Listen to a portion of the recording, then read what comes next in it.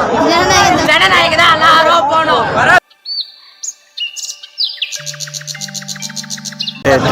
Trailer பங்கமா இருந்துச்சு bro.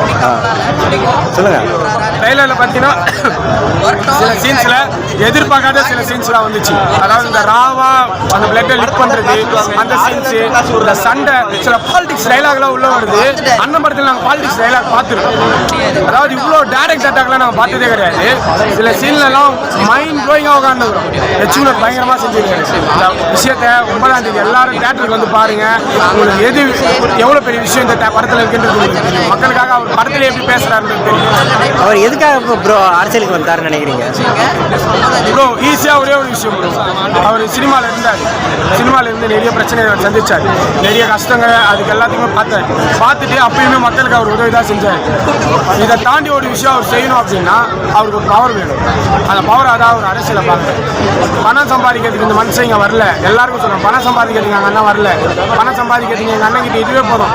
200 கோடி சம்பளம் வாங்குறாரு இவர். இன்னும் 10 வருஷம் இங்க சினிமாவில் இருந்தாலும் இவர் தான் பீக் ஹீரோ.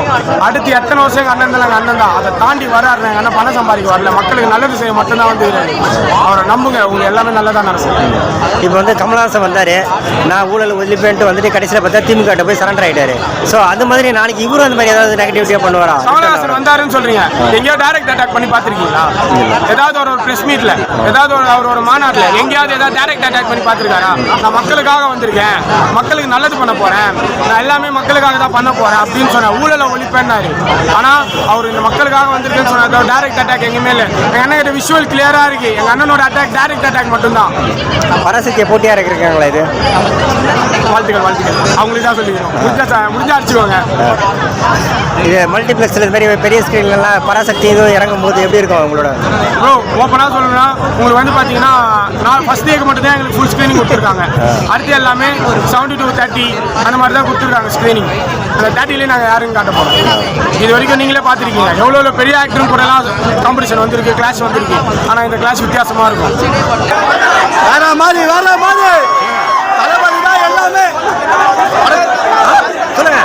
தளபதி தான் எல்லாமே. 2026 தளபதி தான் யாருமே கிடையாது. அடைச்ச பாட்டாச்சோ தெரிஞ்சுக்க சொல்லுங்க. லாஸ்ட்ல ஒரு சீன் சொல்லிக்கிறாரு, சாவடிங்களா அரசியல் வந்தீங்களான்னு. அதை பார்த்து கற்றுக்க சொல்லுங்க. இப்போ எல்லாம் செத்து நிற்கிறாங்க ஃபுல்லாக அரசியலுக்கு வந்து பாருங்க. வந்து எங்கள் தளபதி வந்து மெசேஜ் படத்தில் இந்த மாதிரி வந்து இந்த கன்சாரி மெசேஜ் வந்து ஒரு மெசேஜ் சொல்லிக்கிறாரு.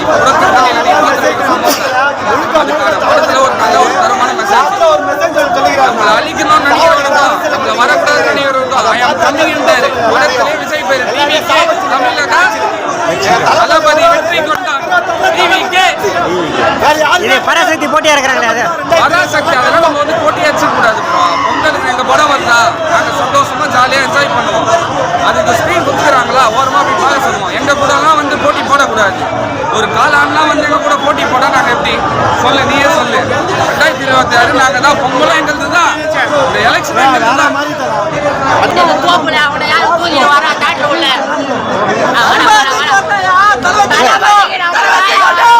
நீங்க சொல்லுங்க, பராசக்தி போயிடலாம், ஜனநாயக போயிடலாம். ஜனநாயக தான் எல்லாரும் போகணும். பராசக்தி போகக்கூடாது.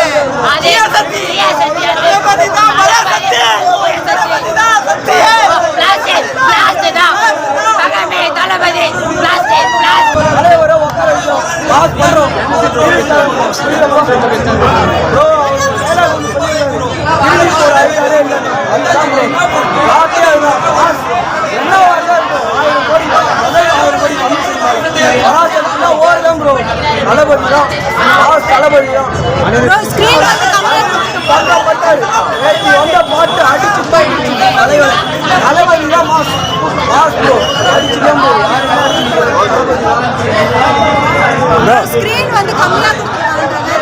எத்தனை ஸ்கீம் கொடுத்தாலும் அமைச்சர் முதல் 1000 கோடி தளபதி தான். இடம் பிடிச்சிட்டு தான் போவார், வருவார் திரும்பி. நம்புவோம், புதுசாக தொடக்கம் கொடுத்துருக்காரு, அதுக்கு சப்போர்ட் பண்ணுவோம்.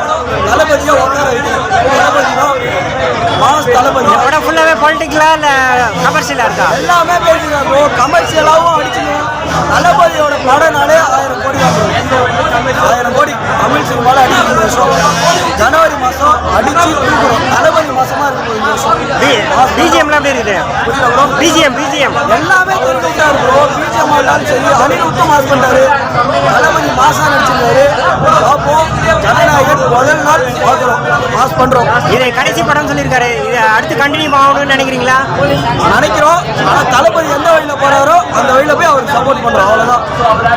இது அரசியல் அவர் கூட்டணி வைக்கணுன்றாரு. அது கூட்டணி சரியா வருமா? இது கூட்டணி வைக்க கூடாதுன்றாரு. தளபதி வந்தாரு கூட்டணி வைப்பாரு, மாஸ் பண்ணுவாரு. அவருக்கு சப்போர்ட் பண்றோம். 2026 அவர் என்ன பயணத்தை நோக்கி போறாரோ அதுக்கு போய் அவர் கூட நின்று சப்போர்ட் பண்ணி அவர் உட்கார வைக்கிறோம். அதுதான் முடியும் இந்த வருஷம். அதுதான் இல்லை ஒரு நிமிஷம் வாங்க மேம். இப்போ அரசியல் வந்து பெரிய நடிகர்கள்லாம் அரசியலுக்கு வர்றாங்க. கொஞ்ச நாள்லேயே திருப்பி கட்சியை கழிச்சிட்டு போயிடுறாங்க. இப்போ ஆந்திராவில் அந்த மாதிரி நடந்துருக்குது. இப்போ திரும்பி போற ஐடியாலே இல்லைன்னு படத்துலையும் சொல்லிட்டாரு, நிஜத்துலையும் சொல்லிட்டாரு. நமக்காக சினிமா விட்டு வந்திருக்காருன்னா அவர் நல்லது பண்ண தான் வந்திருப்பாரு. அவருக்கு வந்து பணம்லாம் முக்கியம் இல்லை ப்ரோ சொல்லிட்டாரு. அவர் பார்க்காத பணமா நன்றியோட இருப்பேன்னு சொல்லி மக்களுக்கு சொல்லிட்டாரு.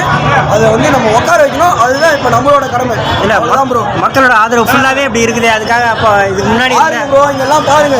எந்த நடிகருக்காவது இருக்கா வரும் பாருங்க. இனிமேல் தான் இன்னும் அடுத்த ஷோ இருக்கு. பாருங்க, சந்தோஷமா இருங்க. கடைசி படம் தலைவரை வாழ்த்துறோம். அவ்வளோதான். அவர் ஜெயிச்சு ஃபுல்லாகவே பொலிட்டிக்கலா? இல்லை ப்ரோ, கமர்ஷியல் இருக்கு. அதுக்கப்புறமா ட்ரைலர்ல 2 பார்ட் காட்டியிருக்காங்க. ஃபர்ஸ்ட் பார்ட்ல வந்து கொஞ்சம் ஃபேமிலி ட்ராமா அந்த மாதிரி இருக்கு. செகண்ட் பார்ட்ல பார்த்தீங்கன்னா கொஞ்சம் பொலிட்டிக்கல், நம்ம சீக்கிரமா கரூர் சம்பவத்துக்கு ஏதாவது இதில் பதிலடி கொடுத்துக்காரா? இல்லை அந்த மாதிரிலாம் எதுவும் டீட்டெயிலாக இல்லை. இது இருக்கு அரசியல் இருக்கு படத்தில் ஃபுல்லாக இருக்கு. 100% படத்தில் பிஜிஎம்ல எப்படி இருக்குது? பிஜிஎம்ல மிரட்டிட்டாங்க ப்ரோ. அதுவும் தேட்டரில் நம்ம நான் இது வரைக்கும் ஃபர்ஸ்ட் டைம் இப்போ வந்து தேட்டரில் ட்ரெய்லர் பார்த்தேன். இத்தனை வருஷம் மிஸ் பண்ணிட்டேன்னு தோணுது. பிஜிஎம்லாம் மிரட்டிட்டாங்க. அனிருத் பிடிச்சிட்டாரு. இந்த படத்தில் பராசக்தி கூட போட்டியாக இருக்கிறாங்களே, பெரிய இஷ்டம் தான் ப்ரோ. அவங்க வந்து பெரிய பேக்ரவுண்டில் பெரிய ஆளுங்களாம் இருக்கிறாங்க. அமெரிக்கா நல்லாவே தெரியுது. வாட் எவர் என்ன இருந்தாலும் தளபதி ஃபஸ்ட்டு டே இவங்க தான். இவங்க 2வது டே வந்தாலுமே இவங்க தான். தேங்க்யூ.